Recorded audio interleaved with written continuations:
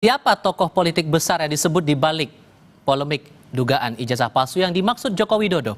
Kami akan diskusikan ini bersama dengan para narasumber.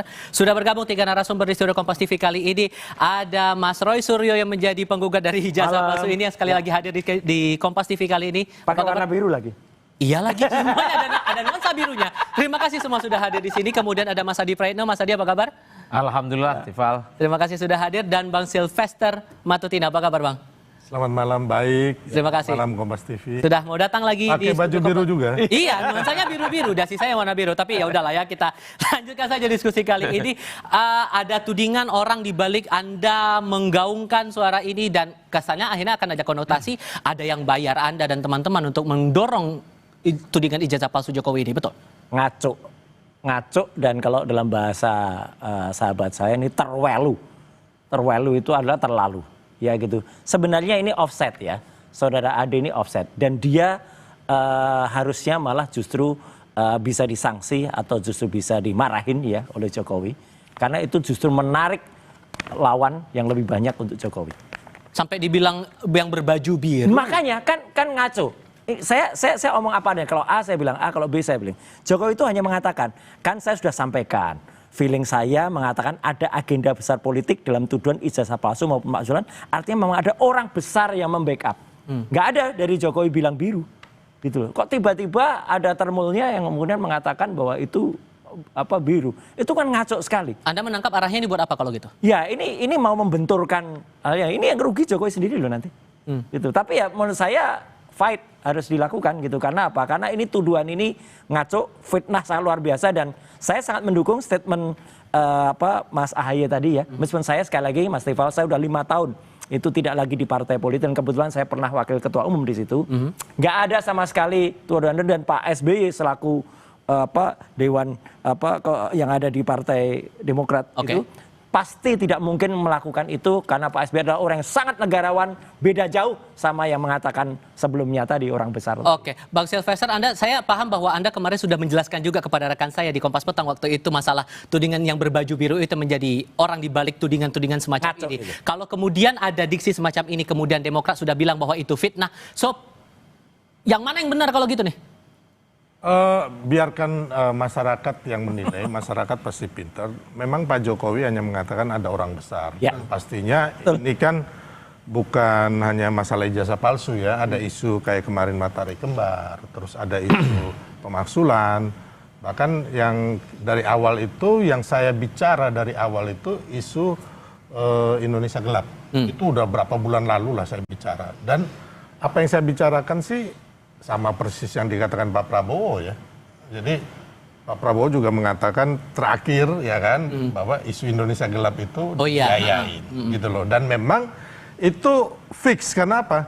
Sudah ada aliran dana dan sudah ada tersangka yang udah ditahan di Kejaksaan Agung ya kan. Nah, kalau yang isu-isu ini ya kalau kita melihat memang pastinya ini kembali lagi ada yang memanfaatkannya secara politik. Mungkin Mas Roy mengatakan bahwa saya nggak dibayar, terus saya ada kebenaran. Pasti, Mas. Ini kan makanya saya mau menguji Anda. Jadi Anda jangan dulu jauh.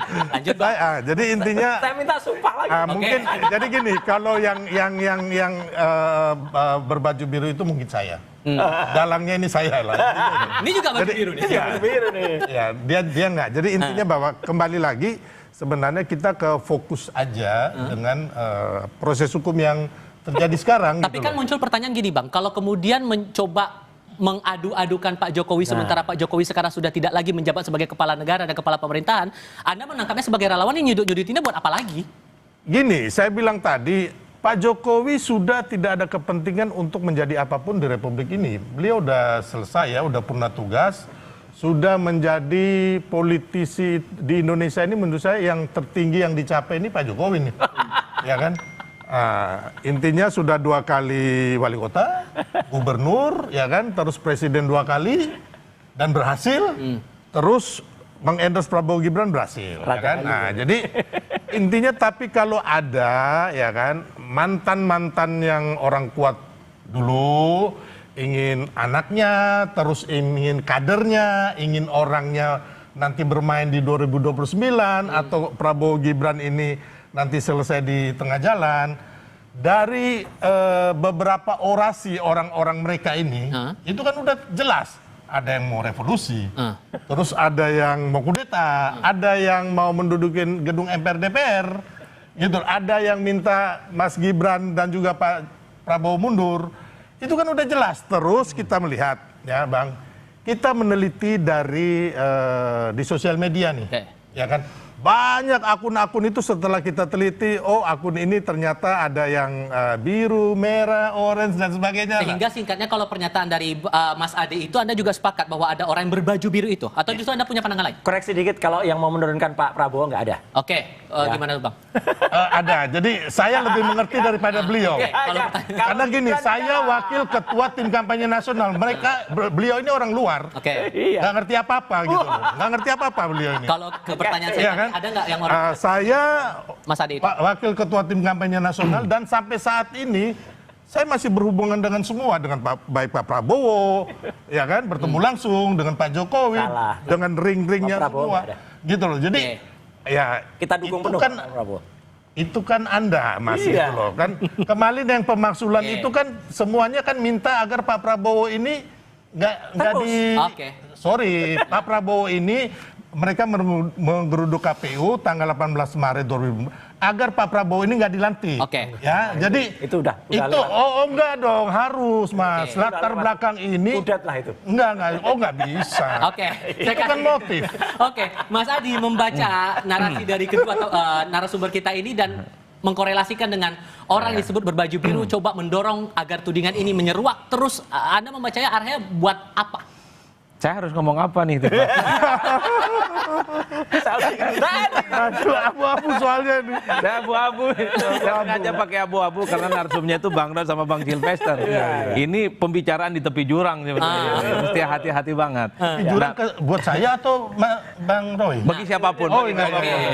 Nah, saya ingin komentar dua hal. Pertama, kalau mau jujur, ini semacam perang terbuka sebenarnya. Dari siapa ke siapa? Dari dua pihak, antara yang mulai isu ijazah dan per hari ini kan ada tudingan bahwa persoalan ijazah ini bukan hanya soal ini apakah asli ataupun palsu, tapi ada yang menunggangi, ada agenda besar dan seterusnya dan seterusnya. Bagi saya, hakul yakin ini antar aktor sebenarnya sudah saling paham siapa yang bermain, siapa yang ngegos, siapa yang ngebackingin satu sama yang lainnya. Oleh karena itu, saya ingin menafsirkan apa yang terjadi hari ini politik tingkat tinggi sebenarnya. Yang saya kira aktor-aktornya itu hanya diketahui oleh orang-orang tertentu, pihak-pihak dan tertentu, dan satu sama yang lain ini dibiarkan secara terbuka untuk perang narasi. Itulah yang saya sebutkan ini adalah hal baru. Kalau dulu bicara tentang ijazah pasti soal siapa yang asli, siapa yang tidak asli, siapa yang palsu, kemudian siapa yang nuduh palsu. Ya, itu yang palsu. Per hari ini pergeseran pembicaraan itu soal siapa yang sebenarnya bicara soal ijazah ini bukan lagi soal asli dan tidak asli, tapi sebenarnya ada permainan politik yang kemudian ini dikait-kaitkan dengan bagaimana jalan panjang menuju 2029. Itu yang pertama, Mas. Nah, yang kedua, memang publik secara umum agak repot pada akhirnya. Dulu kan biasanya kalau Pak Jokowi itu kan dihadapkan yang paling utama sama anak banteng. Setelah itu anak abah. Nah, per hari ini anak biru, banyak kali ini kode-kodenya. Arah yang warna biru itu tujuannya buat ke siapa? Kalau mau jujur sebenarnya, kalau ada partai politik yang misalnya nih, ya warnanya itu hijau, bagi orang Madura itu juga biru, Mas. Itu biru muda. Itu biru muda. Jadi bagi orang Madura yang hijau itu bisa jadi biru muda. Nah, apa yang ingin saya maksudkan adalah kalau mau jujur, narasinya per hari ini murni adalah narasi soal politik. Jadi mengklaim sebenarnya siapa yang menjadi aktor-aktor yang dinilai punya desain penting terkait dengan kepentingan-kepentingan politik. Jadi asli ataupun tidak asli itu belakangan sekarang. Dulu mungkin iya. Tapi per hari ini asli, tidak asli ataupun palsu itu nomor 40. Yang paling utama hari ini adalah siapa sebenarnya mastermind, dalang utama yang mencoba untuk memainkan ini. Itu artinya apa? Bahwa gerakan-gerakan terkait dengan ijazah ini bukan gerakan soal untuk mengungkap fakta-fakta yang terkait dengan ijazah, tapi ada yang disebut dengan hidden agenda. Pemilu 2009. Kan itu kan narasinya kan.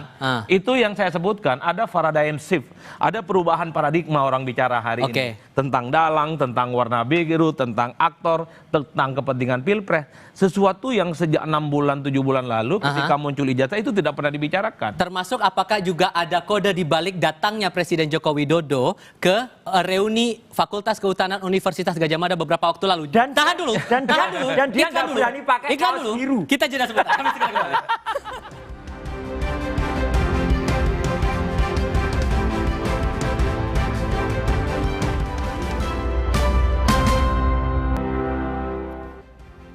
Di tengah hiruk pikuk kasus ijazah ini, Pak Jokowi datang juga ke reuni Fakultas Kehutanan UGM. Kalau Anda membacanya nih sebagai orang yang masih konsisten dengan tudingan Anda itu terhadap Pak Jokowi, itu maksudnya buat apa? Itu reuni-reunian.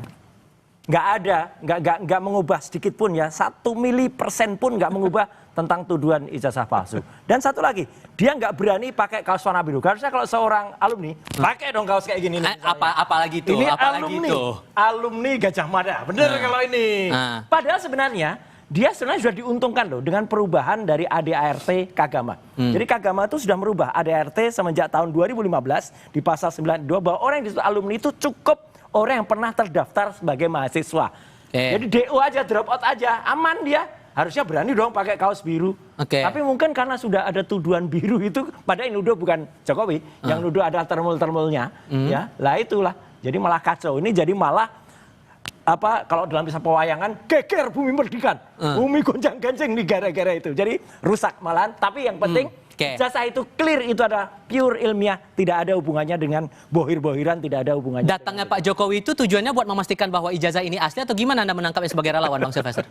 Ya sebagai orang yang lulus kuliah di situ, ya kan alumni, beliau datang ya kan dan gak ditolak UGM gitu, resmi gitu loh. Jadi saya pikir masalah baju tadi putih atau biru, Mas Roy ini udah kembali lagi selain peneliti, penyidik. Enggak, saya alumni asli kok.